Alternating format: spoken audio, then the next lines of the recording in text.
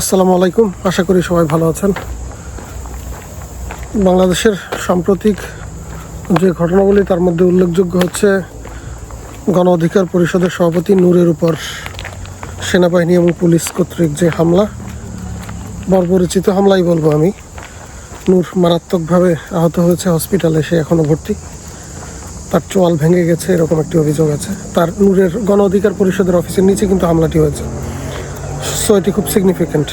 এবং হামলার পরপর আসিফ নজরুল, সজীব মাহমুদ ভূঁইয়া বা অন্যান্য যারা উপদেষ্টা আছেন তাদের কথাবার্তায় বোঝা যাচ্ছে যে হামলাটা তারা করেনি বা হামলাটার পক্ষে তারা না, এটা কিন্তু পরিষ্কার।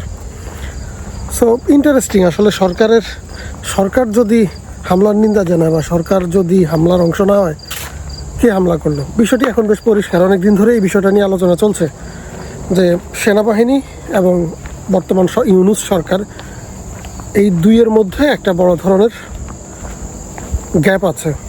এই ঘটনাটিতে অন্তত এটি একদম পরিষ্কার আমার কাছে। আপনি আরও জটিল করে ভাবতে পারেন, বাট আমি আর জটিল করতে চাই না। আমার কাছে মনে হয় বিষয়টি একদম পরিষ্কার। এই দুইয়ের মধ্যে একটা গ্যাপ আছে এবং একে অপরকে প্রতিদ্বন্দ্বীও হয়তো ভাবে। সো বাংলাদেশের পরিস্থিতিটা খুব জটিল আসলে। ডক্টর ইউনূসকে ক্ষমতায় বসিয়েছে যুক্তরাষ্ট্র, জাতিসংঘ বা পশ্চিমা শক্তি। হাসিনাকে ক্ষমতা থেকে হটিয়ে জুলাই বিপ্লবের মাধ্যমে তাদের কিছু স্বার্থ ছিল, তাদের কিছু বিষয় ছিল এখানে, তারা সেগুলো বাস্তবায়ন করবে। কিন্তু ভারত তো আসলে পরাজিত শক্তি, ভারত তো তার মতো খেলা খেলছে। বৈশ্বিক রাজনীতি কিন্তু প্রতিনিয়ত পরিবর্তন হচ্ছে। বিশেষ করে যুক্তরাষ্ট্রের ডোনাল্ড ট্রাম্প ক্ষমতায় আসার পরে আপনারা দেখছেন এখন চীন, ভারত এবং রাশিয়ার মধ্যে কি হচ্ছে। পাকিস্তানেরও সেখানে প্রচ্ছন্ন একটি সমর্থন আছে। ওয়ার্ল্ড অর্ডার পরিবর্তনের কথা বলছে, পশ্চিম থেকে নিয়ে তারা পূর্বে ওয়ার্ল্ডের ক্ষমতা শিফট করতে চায়। এটি খুব সাধারণ, স্বাভাবিক, অনেকদিন ধরেই তারা সেটি চাচ্ছে।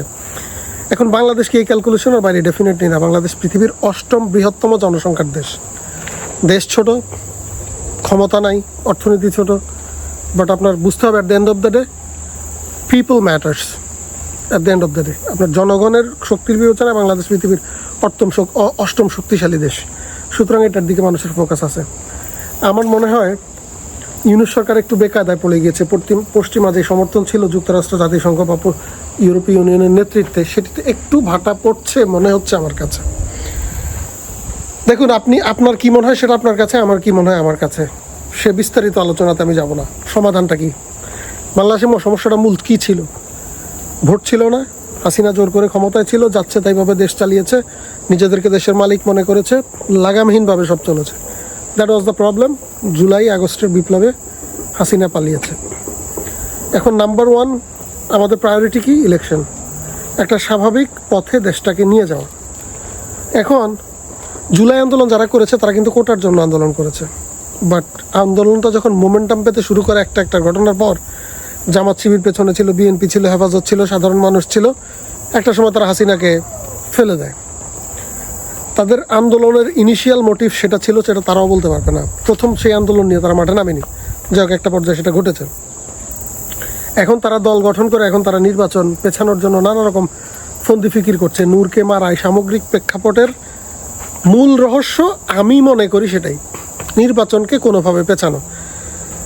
কালকে জনতা পার্টি নামে বাংলাদেশে একটা পার্টি আছে, তারেক রহমান সেটার নেতা, তাকে আমি অনেকদিন ধরেই সোশ্যাল মিডিয়াতে দেখি হাসিনার বিরুদ্ধে খুব শক্ত কথা যে কজন বলতো, আমি তাদের মধ্যে একদম সবার উপরের সারির একজন মনে করি। সে একটি কথা বলেছে যে এনসিপির নেতাদের বর্তমান যে কর্মকাণ্ড, সেতে তারা আসলে এইভাবেই জিনিসটাকে ভাবার চেষ্টা করছে যে কুত্তাকে খেতে দিব, বিএনপিকে দেব না। ও রাইট কথা বলেছে, খুব স্বাভাবিক সুন্দরভাবে কথা বলে, তো খুব বেশি আপনার মানে জ্ঞান গরিমা ভিত্তিক বা ওই রকম ভাবসাব নিয়ে কথা বলে না। আপনার অনেকেই দেখলাম যে তাকে নেতিবাচক কমেন্ট করেছে তার মন্তব্যে ইউটিউব ভিডিওর। প্রোগ্রামটা ছিল 21 টেলিভিশনের একটি টক শো, হারুন ভাই সেই প্রোগ্রামটি করে। সেখানে সে ক্লিয়ার কাট বলেছে যে এনসিপি নেতারা এটাই চাচ্ছে, কুত্তাকে দেবো, বিএনপিকে দেবো না। তারা ওটাই করছে আসলে, এবং ওই সুরে নাচছে আসলে জামাতকে নিয়ে আমি বেশি কিছু বলবো না। তারা সবসময় ক্ষমতায় যারা চূড়ান্ত সিটে থাকে, আসনে থাকে, তাদের কাছাকাছি থাকতে চায়, ক্ষমতাকে উপভোগ করতে চায়। I have no problem with their strategy, যা ইচ্ছা তারা করুক। কিন্তু আপনি যদি চিন্তা করেন, বাংলাদেশে বিএনপি একমাত্র দল যে যৌক্তিকভাবে আওয়ামী লীগকে ঘৃণা করে। আওয়ামী লীগের বন্ধু তারা কখনোই ছিল না, একমাত্র এরশাদ বিরোধী আন্দোলনে রাস্তায় পাশাপাশি ছিল, বাট কখনোই আওয়ামী লীগের সাথে জোট করা বা এটা কোনো প্রশ্নই আসে না। বাকি যেই দল বলেন ডান বাম, হ্যাঁ, উপর নিচ, সবই কিন্তু আলটিমেটলি একটা না একটা পর্যায়ে আওয়ামী লীগের সাথে আঘাত করেছে। এনসিপির কথা বলেন, সার্জিস, হাসনাত, তাদের ফেসবুক ঘেটে দেখেন না, তাদের history, they all have more or less link with Awami League. So আমরা সেই আলোচনা যাব না। বাংলাদেশে এখন একটি নির্বাচন দরকার, কারণ বিএনপি ক্ষমতায় আসলে, দেখুন, ক্ষমতা প্রলম্বিত সবাই করতে চায়, নির্বাচনকে ম্যানিপুলেট সবাই করতে চায়, পৃথিবীর সব দেশে এটা হয়। কোন মাত্রায় হবে, কোন মাত্রায় আপনি গ্রহণ করবেন সেটা আপনার বিষয়। বাংলাদেশেও সেটা হবে, কোন মাত্রায় হবে সেটা ভবিষ্যৎ দেখা যাবে। কিন্তু বিএনপি বাংলাদেশের একমাত্র দল যেটা নিয়ে আপনি দ্বিমত করতে পারবেন না, আপনি যদি সত্যবাদী হয়ে থাকেন, যে বিএনপি থাকাকালীন বাংলাদেশের সব রাজনৈতিক দলগুলা, প্ল্যাটফর্মগুলা রাজনীতি করার মোটামুটি সুযোগ পায়। কেউ পারফেক্ট না, কিন্তু এটা এই অন্য দলকে স্পেস দেওয়ার বিষয়ে বিএনপির চেয়ে উদার বাংলাদেশ আর কোনো দল তাদেরকে এখন পর্যন্ত প্রমাণ করতে পারেনি। এটা একদম 100% সত্য কথা, এটা আমার মতামত না, দ্যাটস ট্রু। আপনি ইনফরমেশন ঘাটেন, আপনি নিজের বিবেক খাটান, এটাই হচ্ছে বাস্তবতা। তাহলে আমাদের এখন কী করা দরকার? একটা দ্রুত নির্বাচন দিয়ে 5 বছরের একটা সরকার যদি ক্ষমতায় বসে যায়, আপনি বিশ্বাস করেন এই আন্দোলন, এই সেই হাংতাং, খোঁচাখুচি, এদিক থেকে ষড়যন্ত্র, ওদিক থেকে ষড়যন্ত্র, ফুল স্টপ হয়ে যাবে 5 বছরের জন্য। ইটস এ লেজিটিমেট গভর্নমেন্ট, ইলেকশনের মাধ্যমে এসছে, এবার 5 বছর পর্যন্ত তারাই ক্ষমতায়, সেনাবাহিনী, পুলিশ সব তাদের আপনার করায়ত্তের মধ্যে থাকবে, কথাও শুনবে। বাংলাদেশে তাইলে এমন কেন এমন হচ্ছে? কারণ নির্বাচিত সরকার নাই তো, এটা দুর্বল সরকার, উই অল নো দ্যাট। এই জন্য যার যে রকম স্বার্থ সে সেদিক দিয়ে খোঁচাচ্ছে, প্রবলেম ক্রিয়েট করার চেষ্টা করছে, তাই হচ্ছে। সো আমরা সবাই জানি এই সুযোগে ভারত যেহেতু গ্লোবাল পরিমণ্ডলে একটা রাজনৈতিক ম্যানিপুলেশন বা শিফট হচ্ছে, ইন্ডিয়া এটা কিন্তু করতেই পারে। এবং চায়না এবং রাশিয়ার শক্ত সমর্থন কিন্তু সে পেতেও পারে এই ক্ষেত্রে, যদি হাসিনাকে এনে এখানে সে বসিয়ে দেয়। আমার মনে হয় না সেটা করবে, সেটা করার মতো অপরিপক্ক রাজনীতি ভারত করে বলে আমি মনে করি না। বাট একটা সুযোগ কিন্তু এখনও আছে। এই জন্যই চারিদিক থেকে এরকম ষড়যন্ত্রের গন্ধ বা আকার ইঙ্গিত আমরা দেখতে পাই। আমরা কেন একটা ইলেকশন করি না? ইলেকশন পেছানোর কথা যে বলবে আমি গালিটা দিলাম না, বাংলাদেশে সে হচ্ছে Mir Jafar. That's true, that's very true.